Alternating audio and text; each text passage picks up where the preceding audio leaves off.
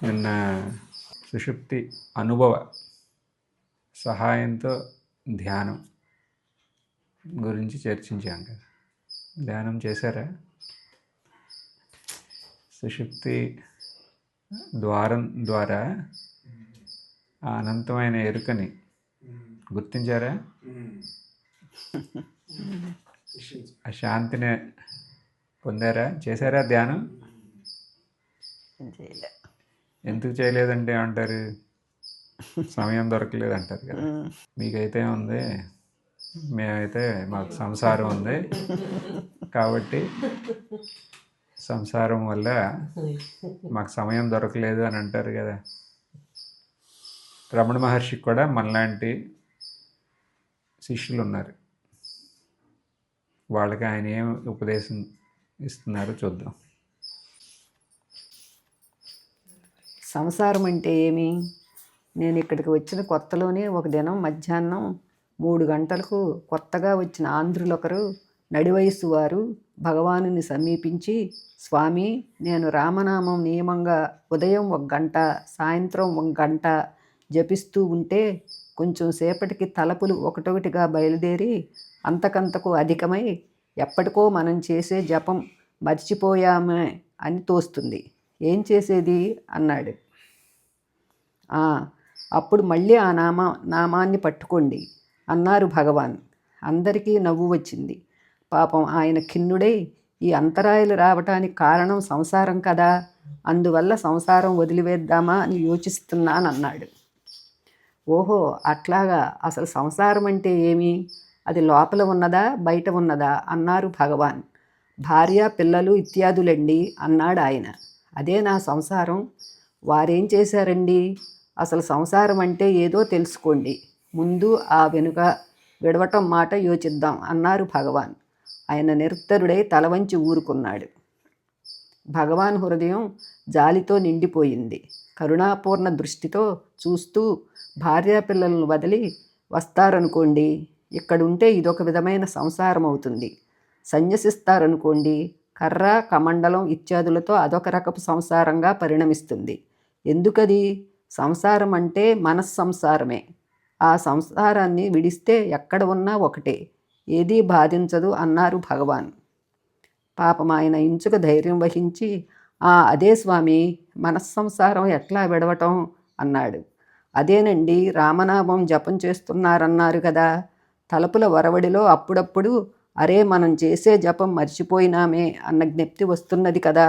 ఆ జ్ఞప్తిని వృద్ధిపరచుకుని ఆ నామాన్నే పట్టుకుంటూ ఉండండి. క్రమంగా తలుపుల బలం తగ్గుతుంది. నామజపానికి క్రమానుసారం అంతరాంతరాయాలు చెప్పే ఉన్నవి.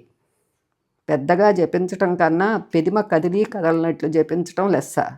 అంతకన్నా చిత్తజపం, అంతకన్నా ధ్యానం ఉత్తమం అన్నారు భగవాన్. ఉత్తమస్తవ మందత చిత్తజం జపధ్యానం ఉత్తమం. ఉపదేశసారం. అక్కడ ఆయన రమణ మహర్షి భక్తుడు జప సాధన చేయలేకపోతున్నాను, ఎందుకంటే సంసారంలో ఉన్నాం కాబట్టి అంటున్నారు. మీకు కూడా అలా అనిపిస్తుంది కదా. గృహస్థులు చాలామంది అలా అంటూ ఉంటారు. మీకేంటండి, మాకు సంసారం ఉంది, మేము ఎక్కడ చేస్తాం సాధన అని అంటారు.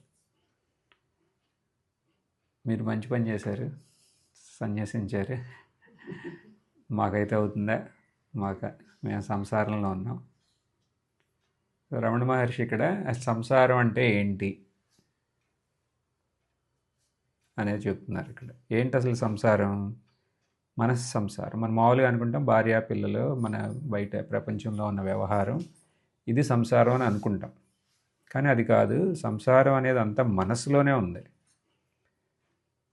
ఇప్పుడు ఇవన్నీ సన్యసించి ఎక్కడికన్నా అడవిలోకి వెళ్ళినా అక్కడ కూడా మళ్ళీ మనసులో రకరకాల వృత్తుల్లో, ఆలోచనల్లో మగ్నం అయితే అది సంసారమే కదా.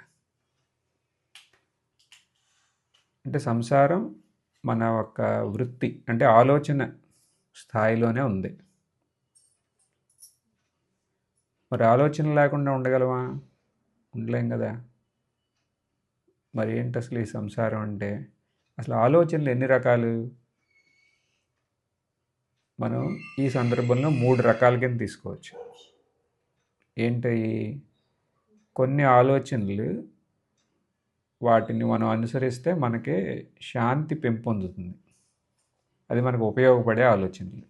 కొన్ని ఆలోచనలు, వాటిని అనుసరిస్తే మనకి అశాంతికి లోనవుతాం. అది ఉపయోగం లేని ఆలోచనలు. ఇంకా కొన్ని ఆలోచనలు ఉంటాయి, అవి తటస్థమైన ఆలోచనలు. వాటి వల్ల పెద్దగా మనకి శాంతి రాదు, మన శాంతి భంగం కూడా అవ్వదు. ఈ రకంగా 3 రకాల ఆలోచనలు. ఇప్పుడు ఇక్కడ మనం దేన్ని ఉద్దేశిస్తున్నాం? ఈ ఎందుకు పనికిరాని మన శాంతిని భంగం చేసే ఆలోచనలు చాలా ఉంటాయి. వాటిని మనం అరికట్టాలి. ఇక్కడ సంసారం అంటే ఫస్ట్ మనం వీటిని ఉద్దేశించి, ఇప్పుడు మన దైనందిన జీవితంలో కావాలి కదా ఆలోచనలు. అవి తటస్థం. మనం చేయాల్సిన పనులు చేస్తాం, మీరు మీ భార్య పిల్లలకు కావాల్సినవి చేస్తారు, మిత్రులతో సంభాషణ, ఈ రకంగా. వాటి వల్ల మనకి అంతగా నష్టమేమీ లేదు, కానీ మన దైనందిన జీవితానికి కావాలి. అవి తటస్థ ఆలోచనలు. అదే కనుక శాంతికి పెంపొందించే ఆలోచనలు అంటే మనందరికీ తెలుసు మనకి శాంతి కోసం ఏం చేయాలి. ఇప్పుడు మనం ఇతరులకి మనం ఏమైనా సహాయం చేస్తే దానివల్ల మనకే శాంతి లభిస్తుంది. సేవ, దానికి సంబంధించిన ఆలోచనలన్నీ మనకే శాంతినే ప్రసాదిస్తాయి. అలాగే ఈ భక్తి సాధన, ఇప్పుడు మనం మందిరానికి, దేవాలయానికి వెళ్ళి అక్కడ ఈశ్వరుని యొక్క ఆ ధ్యానంలో కనుక ఉంటే, లేకపోతే అక్కడ మనం పూజ ఏదో చేసి మళ్ళీ వెనక్కి వస్తే దానివల్ల మనకు శాంతే కదా లభ్యమయ్యేది. లేకపోతే భజన చేసిన, పొద్దున్నే మీరు అన్నారుగా కొంచెంసేపు సత్సంగంలో ఎన్ని వింటానని, వాటి వల్ల మన శాంతి పెంపొందుతుంది. ఇవన్నీ మనకు ఉపయోగపడే ఆలోచనలు ఉత్పన్నమవుతున్నాయి. ఇక్కడ ఉపయోగం లేని ఆలోచనల గురించి మనం తెలుసుకోవాలి. ఇప్పుడు ఇక్కడ ఏంటి అసలు ఈ ఉపయోగం లేని ఆలోచనలు? అస్సలు ఎందుకు పనికిరావు, కానీ దానివల్ల పనికిరావటం కాదు, అశాంతికి లోనవుతాం మనం. దానివల్ల మనకు ఉన్న శాంతి నష్టం అవుతుంది. కామన, కోరికలు, మన ఆస్తికి, మనకు స్తోమతకి మించిన కోరికలు. అలాంటి కోరికలు ఉంటే వాటి వల్ల ఏమవుతుంది? మన శాంతి నష్టం అవుతుందా లేదా? కోరికలు కావాలి, కానీ అదే కోరిక మన స్తోమతకి మించిన కోరిక అయితే ఇక అది మనం అశాంతికి లోనవుతాం. మనలో ఒక క్రోధాన్ని అధికం చేసే ఆలోచనలు, అది కూడా మన శాంతికి భంగం చేస్తాయి. చింత, దేని గురించి? జరిగిపోయిన సందర్భాలు ఉంటాయి కదా, వాటిని గురించి తలుసుకుంటూ ఇక అలా జరిగింది, ఇలా జరిగింది, ఇలా జరిగింది, అలా జరిగింది, అప్పుడు అలా జరిగితే ఇక భవిష్యత్తులో ఇలా జరుగుతుందేమో, ఇలాంటి ఆలోచనలు. దీనివల్ల నష్టపోయేది ఎవరు? మనమే. మన శాంతి నష్టం అవుతుంది. మళ్ళీ మనకి మోహం అంటే అమితమైన, అది ప్రేమ అని అనలేము, ప్రేమ రూపంలో ఉంటుంది, కానీ అది ప్రేమ కాదు. మనం చేయాల్సింది చేయాలి, కానీ అమితమైన రాగం ఉందంటే అది మోహం. ఆ మోహాన్ని అధిష్టానంగా చేసుకుని ఉత్పన్నమయ్యే ఆలోచనలు, అది కూడా మనకి ఎందుకు ఉపయోగపడని ఆలోచనలు. వాటి వల్ల మళ్ళీ మన శాంతే నష్టం అవుతుంది. మళ్ళీ మన అహంకారం ఉంటుంది కదా, నేను ఎవరో తెలుసా అంటారే, అలా మదం. అహంకారం ఎప్పుడు మన శాంతిని నష్టపరుస్తుంది. అహంకారం అనేది మనకు స్వరూపంగా, మనకు భగవంతుడు మనకు శాంతి ఇచ్చాడు, కానీ దానికి ముందు ఒక పరదాలాగా వస్తుంది ఈ అహంకారం. అప్పుడు దాంట్లో నుంచి మన లోన ఉన్న మన శాంతే మనం అనుభవించలేం. అంతేగానే మనం చూస్తాం, పిల్లల్ని చూస్తాం, వాళ్ళు పడుకుని వాళ్ళు నవ్వుకుంటూ ఉంటారు. వాళ్ళకి అసలు వాళ్ళు ఎవరో అనేది కూడా వాళ్ళకి తెలియదు కదా. తెలుస్తుందా? వాళ్ళకి ఎవరో వాళ్ళకి ఏం తెలియదు. తర్వాత కొన్ని నెలలు అయిన తర్వాత తెలుస్తుంది నేను అని. ఎప్పుడైతే తెలుస్తుందో నేను ఇది అని, అంటే ఈ వ్యక్తిగతంగా, అప్పటి నుంచి మొదలు ఏదో ఒకటి చెయ్యాలి శాంతి కోసం. సహజంగా శాంతంగా ఉండలేరు. ఇక్కడ కూడా ఈ అహంకారం నేను ఇది, దాన్ని పెంపొందించే ఆలోచనలు ఏమున్నాయో అవన్నీ మన శాంతిని భంగం చేస్తాయి. ఈర్ష్యాభావం వాళ్ళకుందా, మనకు లేదు. ఇప్పుడు ఈర్ష్యాభావాన్ని సంబంధించిన ఆలోచనలు కూడా మన శాంతి నష్టం అవుతాయి. నేను సంపాదించలేదు, వాళ్ళు ఎవరో సంపాదించారు, అలాంటి ఆలోచనలు కూడా, వాళ్ళలాగా నేను లేను, ఈ రకమైన ఆలోచనలు, ఈర్ష్య ప్రధానంగా ఉన్న ఆలోచనలు. ఈ ఆలోచనలన్నీ మనం నిర్మూలించాలి. ఎందుకని ఈ సంసారం అంటే ఈ ఆలోచనలు ప్రధానంగా మనం జీవిస్తా అంటే మనం సంసారంలో ఉన్నట్టు. అది మనం భార్యాపిల్లలతో ఉన్నావా, లేకపోతే వీళ్ళందరినీ వదిలేసి మనం ఆశ్రమంలో ఉన్నావా అన్నదానికి ఏ సంబంధం లేదు. ఇలాంటి ఆలోచనల్లో మనం మగ్నం అయ్యామో మనం సంసారి. ఇది తెలిసింది కదా. ఇప్పుడు సంసారం అంటే ఏంటో. ఇప్పుడు సంసారం నుంచి బయటపడాలంటే మనం ఏం చేయాలి? అనవసరమైన ఆలోచనల్ని వాటిని మనకి స్వాగతం పలకకూడదు. అలాంటి లోన్ ఉంటే వాటిని తరివేయాలి బయటికి. ఉపయోగపడే ఆలోచనలు మనం ఎప్పుడు స్వాగతం పలకాలి వాటికి. తటస్థ ఆలోచనలు అసలు వాటి పని అవి చేసుకుంటూ పోతూ ఉంటాయి. దానివల్ల మనకేం గొడవ లేదు. జప సాధన వల్ల మనం ఈ అవసరం లేని ఆలోచనల నుంచి ముక్తులు అవ్వగలమా అనే ఒక క్వశ్చన్. జపం ఇప్పుడు అందరికీ జపంతో పరిచయం ఉంది కదా. ఇక్కడ జపం ద్వారా మనకి అవసరం లేని ఆలోచనలు, అనవసరమైన ఆలోచనలు, మన శాంతిని భంగం చేసే ఆలోచనల నుంచి మనం ముక్తి పొందగలమా అంటే పొందగలం. కానీ ఆ జపం అనేది ఎలా చేయాలి అనేది మనం తెలుసుకోవాలి అంతే. ఏదన్నా అంతే కదా. ఏ విద్య అయినా మనం తెలుసుకుని చేస్తే వేరు, తెలవకుండా చేస్తే వేరు. తెలుసుకుని చేస్తే ఫలితం ఎక్కువగా ఉంటుంది. తెలవకుండా చేస్తే ఫలితం కాదు, అప్పుడప్పుడు దానివల్ల నష్టం కూడా అవుతుంది.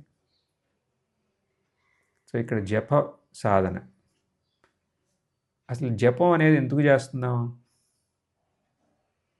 ఎందుకు చేస్తున్నారు? ఏకాగ్రత, ఇంకా నిశ్చయాత్మక బుద్ధి, చిత్త నైశ్చల్యం, ఏకాగ్రత, ఇంకా దేవతా అనుగ్రహం, కామ్య సిద్ధి. ఈ రకంగా రకరకాల లక్ష్యాలతో జప సాధన చేస్తాం. కానీ ఇప్పుడు మనం మాట్లాడేది ఇక్కడ ఈ గత 2 రోజులు చర్చను అనుసరించి ఇక్కడ మనం జపం చేపట్టామంటే దేనికోసం అవుతుంది? అది స్వరూప శాంతి ప్రాప్తి. స్వరూప శాంతి కోసం జపం చేయొచ్చా? చేయొచ్చు. ఇది మన లక్ష్యం. ఇది ముందు మనం గుర్తుపెట్టుకోవాలి. జపం ఎందుకు చేస్తున్నాం అంటే ఎవరో చెప్పారు, మా తాతగారు చెప్పారు, గురువుగారు చెప్పారు, చేస్తే మంచిదని యూట్యూబ్లో ఎవరో చెప్పారు. అలా చేస్తే అది మనం సరిగ్గా చేయలేం, అది ఫలవత్తు అవ్వదు. శాంతి కోసం నేను చేస్తున్నా అంటే మనకు ముందే నీకు శాంతి కావాలని మనమే అడగాలి.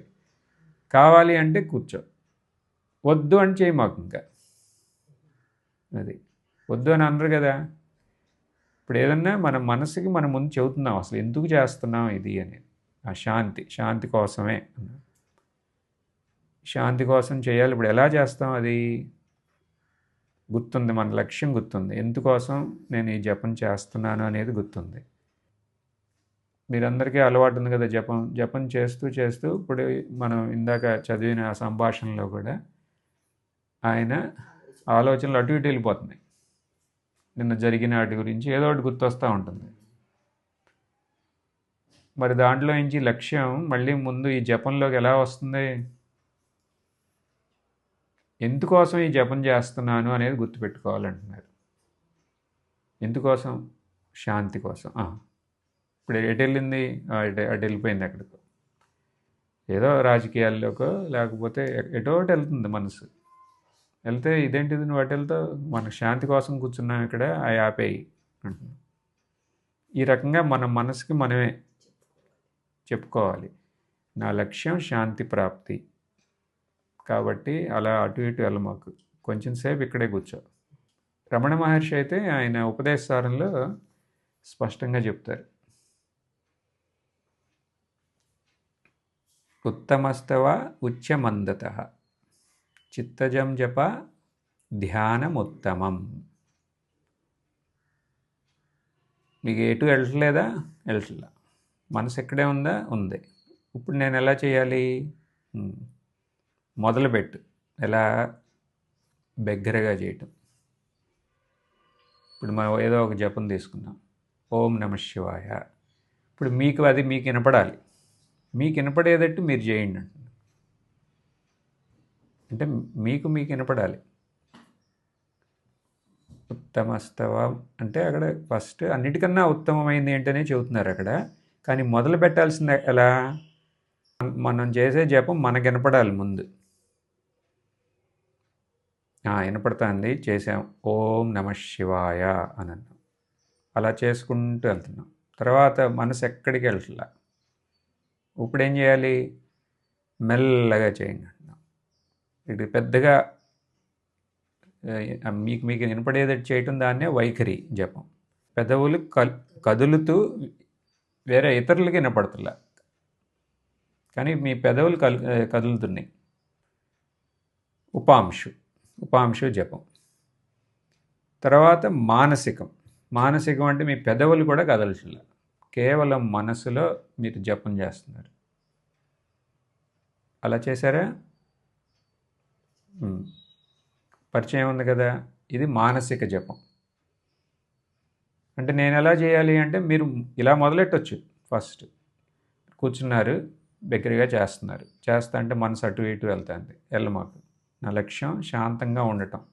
ఓ పావుగంట శాంతంగా ఉందాం అనుకున్నా, కాబట్టి అటు ఇటు వెళ్ళమాకు అని చెప్తున్నారు అని మీరు బిగ్గరగా చేస్తున్నారు. తర్వాత మనసు ఎక్కడికి వెళ్తలే, అప్పుడు ఇంకా బిగ్గరగా కాదు, పెదవులు కదులుతూ మెల్లగా మీలో మీరు చేసుకుంటున్నారు. తర్వాత అది కూడా ఆపేస్తున్నారు, ఆపి మానసికంగా చేస్తున్నారు. సరే, ఇక్కడి వరకు బాగానే ఉంది. చిత్తజం జప ధ్యానం ఉత్తమం అంటున్నారు. ఇప్పుడు ధ్యానం ఎలా చేయాలి? ఈ జప సాధన మొదలుపెట్టాం, కానీ ధ్యానం చేయాలి. కేవలం ఈ జప సాధన ద్వారానే ఉత్తమమైన ధ్యానం మనం సులభంగా చేయొచ్చు. దానికోసం కోర్సులు, అంత అడావిడ్లు ఏం అవసరం లేదు. ఎలా చేయాలి ధ్యానం? మీరు మనస్సులో ఏదన్నా ఒక ఆలోచన వస్తే మీరేం చేస్తారు? ఇప్పుడు బిగ్గరగా చేయాలి. ఆలోచనలు లేవు, మెల్లగా పెదవులు కదులుతూ చేస్తున్నారు. తర్వాత మౌనంగా మీరు చేస్తున్నారు. కొంచెం సేపు మీరు చేసిన తర్వాత ఇక చేయొద్దు. చేయకుండా ఏం చేయాలి? మౌనంగా ఉండండి, ఏం చేయకుండా. ఏం చేయకుండా ఉంటే ఏమవుతుంది? ఆ మౌనం అనేది మీకు అనుభవంలోకి వస్తుంది. ఇంతకుముందు ఆలోచనలు ఉన్నాయి, ఆలోచనలు ఎదుర్కొనడానికి మనం ఇదంతా చేసాం. ఇప్పుడు ఆలోచనలు వాటి యొక్క బాహుల్యం, వాటి యొక్క స్పీడ్, వాటి వేగం తగ్గిపోయింది, అసలు ఏం లేకుండా అయింది. అప్పుడు మనం కూర్చుంటే మనం ఒక నిశ్శబ్దతను అనుభవంలో మనకు వస్తుంది కదా. ఆ అనుభవం మనకి తెలుస్తుంది, నిశ్శబ్దంగా మనం ఉన్నాము అని. అదే అక్కడ మనకి ఆ నిశ్శబ్దత మన ఎరుకకి గోచరం అవుతుంది. నాకు ఎరుక అంటే తెలవటం, నాకు తెలుస్తుంది అని అంటున్నాను. అప్పుడు ఆ నిశ్శబ్దతను మనం వదిలేస్తున్నాం. వదిలేసి ఎరుకలాగా మనం అక్కడ ఉన్నాం. ఎరుకతో, కేవలమైన ఎరుకతో కూడుకుని మనం అక్కడ ఉన్నాం. ఆ ఎరుకకి ఏ పరిమితి లేదు కాబట్టి అది అనంతం. ఆ అనంతమైన ఎరుకే శాంతి. అలా శాంతంగా, శాంతికి ప్రాప్తం. శాంతి ప్రాప్తం ఎలా అవుతుంది జపసాధన అంటే ఇలా శాంతంగా మనం అక్కడ ఉన్నాం. ఎంతవరకు మీకు ఎంతవరకు ఉండాలంటే అంతసేపు అక్కడ శాంతంగా ఉండండి. తర్వాత ఆ జపం చేయాలా, ఈ శాంతి అనేదాన్ని ఆధారంగా మళ్ళీ మీరు జపం చేసుకోవచ్చు. కానీ ఇప్పుడు శాంతి కోసం చేయట్లా, శాంతితో జపం చేస్తున్నారు. అర్థమైందిగా? శాంతిని మనం ఎలా గుర్తించాలి, గుర్తించిన తర్వాత ఆ శాంతి మనం అక్కడి నుంచి మన నుంచి దూరంగా వెళ్ళదు. అదే శాంతి ఎక్కడి నుంచి వచ్చింది? మనలోనే ఉంది, ఎప్పుడూ మనలోనే ఉంది. కానీ ఈ ఆలోచనల వల్ల మనం దాన్ని అనుభవించలేకపోయాం. ఇప్పుడు ఈ జప సహాయంతో ఆలోచనల్ని కొంచెం దాన్ని క్రమబద్ధం చేసి ఆ శాంతిని మనం అనుభవించాం. ఆ నిశ్శబ్దత, ఆ మౌనం నుంచి ఆ మౌనం తెలుసుకునే ఆ ఎరుక అనంతం, అదే శాంతి. ఇప్పుడు ఆ శాంతి అలాగే ఉంది. ఆ శాంతి ఆధారంతో జపం చేస్తున్నాం. ఎలా? ఇప్పుడు మీరు జపం చేస్తున్నారు, చేస్తున్నానని మనకు తెలుస్తుంది కదా, అదే ఎరుకని. ఆ ఎరుక స్వరూపమే శాంతి. అప్పుడు శాంతి అనేది అలాగే ఉంది, మీకు జపం జరుగుతుంది. ఇది చాలా ముఖ్యం. ఎందుకని? తర్వాత ఇప్పుడు మనం రోజంతా జపం చేసుకోం కదా, తర్వాత ఆ జపం ప్లేస్లో ఇంకొక ఏదో ఒక వ్యవహారం చేస్తాం. ఇప్పుడు మీరు మార్కెట్కి వెళ్ళి ఏమన్నా కూరలు తీసుకురావాలి. ఇప్పుడు మీరు ఇంట్లో నుంచి బయటకు వచ్చారు, మీకు తెలుస్తుంది కదా, ఆ ఎరుక అనేది మీరు అక్కడ ఒక పట్టు వచ్చింది కదా జపంలో, ఆ ఎరుకే మనకు శాంతి అనేది తెలిసింది. ఇప్పుడు ఆ శాంతి సహాయంతో మన వ్యవహారాలు మనం చేస్తున్నాం. అర్థమైందా? ఆ శాంతి అనేది మనకి ఆధారంగా ఉంటే అప్పుడు అది అసలు ఊరికే ఉండదు.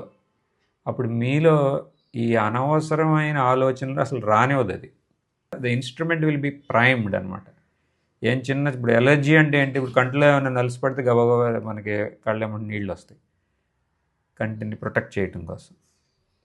అలాగే ఇక్కడ కూడా ఇప్పుడు ఆ శాంతి అనేది మన వ్యవహారంలో ఉంటే ఇప్పుడు అశాంతికి అసలు ఇక తావు లేదు. అక్కడ అశాంతిని పెంపొందించే ఆలోచనలు వెనకాల వెళ్ళటం అనేది మెల్లగా తగ్గుతుంది. ఎందుకని? ఇవన్నీ శాంతి అనే ఆధారంతో జరుగుతున్నాయి. ఇప్పుడు ఇక్కడ అర్థమైందా? ఒక 2 నిమిషాలు ప్రాక్టీస్ చేద్దామా?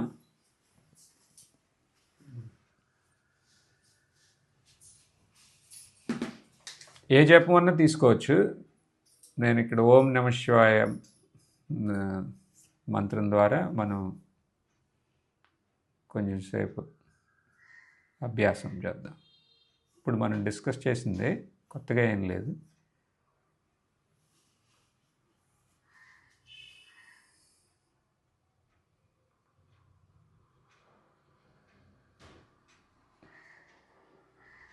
ఎందుకు చేస్తున్నాం జపం?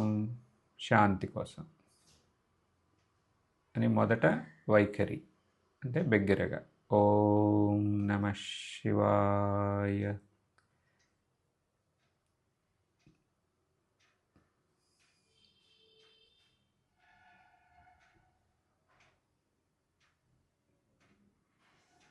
మనసు ఎక్కడికన్నా వెళ్తే నేను శాంతి కోసం ఈ సాధన చేస్తున్నా, కొంచెం సేపు ఎక్కడికి వెళ్ళొద్దు. ఓం నమః శివాయ.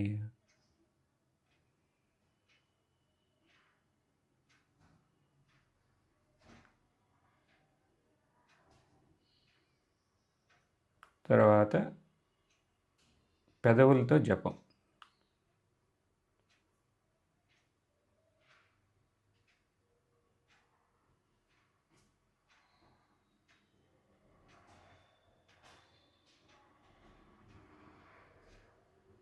తర్వాత మనసులోనే జపం.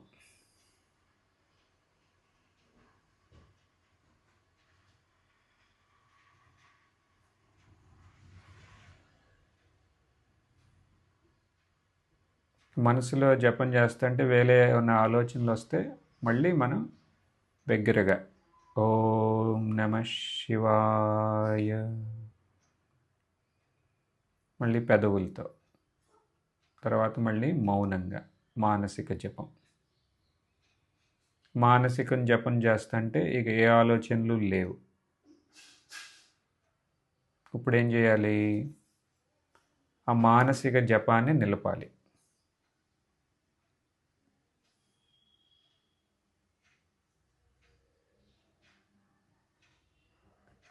అప్పుడు అక్కడ ఏముంది? ఏమీ లేదు, మౌనంగా ఉన్నాం.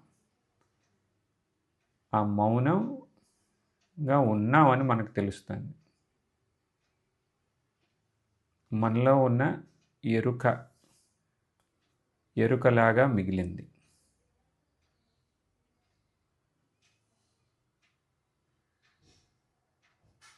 ఆ ఎరుకకి పరిమితి లేదు కాబట్టి ఆ ఎరుక అనంతం.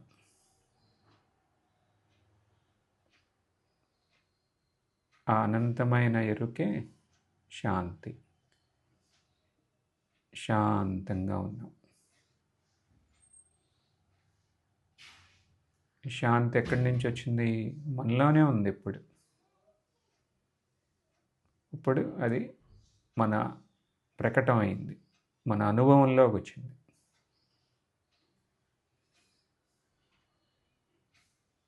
శాంతంగా ఉంటాం. భంగం అయింది అనుకుంటే మన చేతిలో ఉపాయం ఉంది. మళ్ళీ దగ్గరగా, తర్వాత పెదవులతో, తర్వాత మానసికంగా, తర్వాత మౌనంగా ఉంటూ ఎరుకని గుర్తించి ఆ శాంతిని సొంతం చేసుకుంటున్నాం.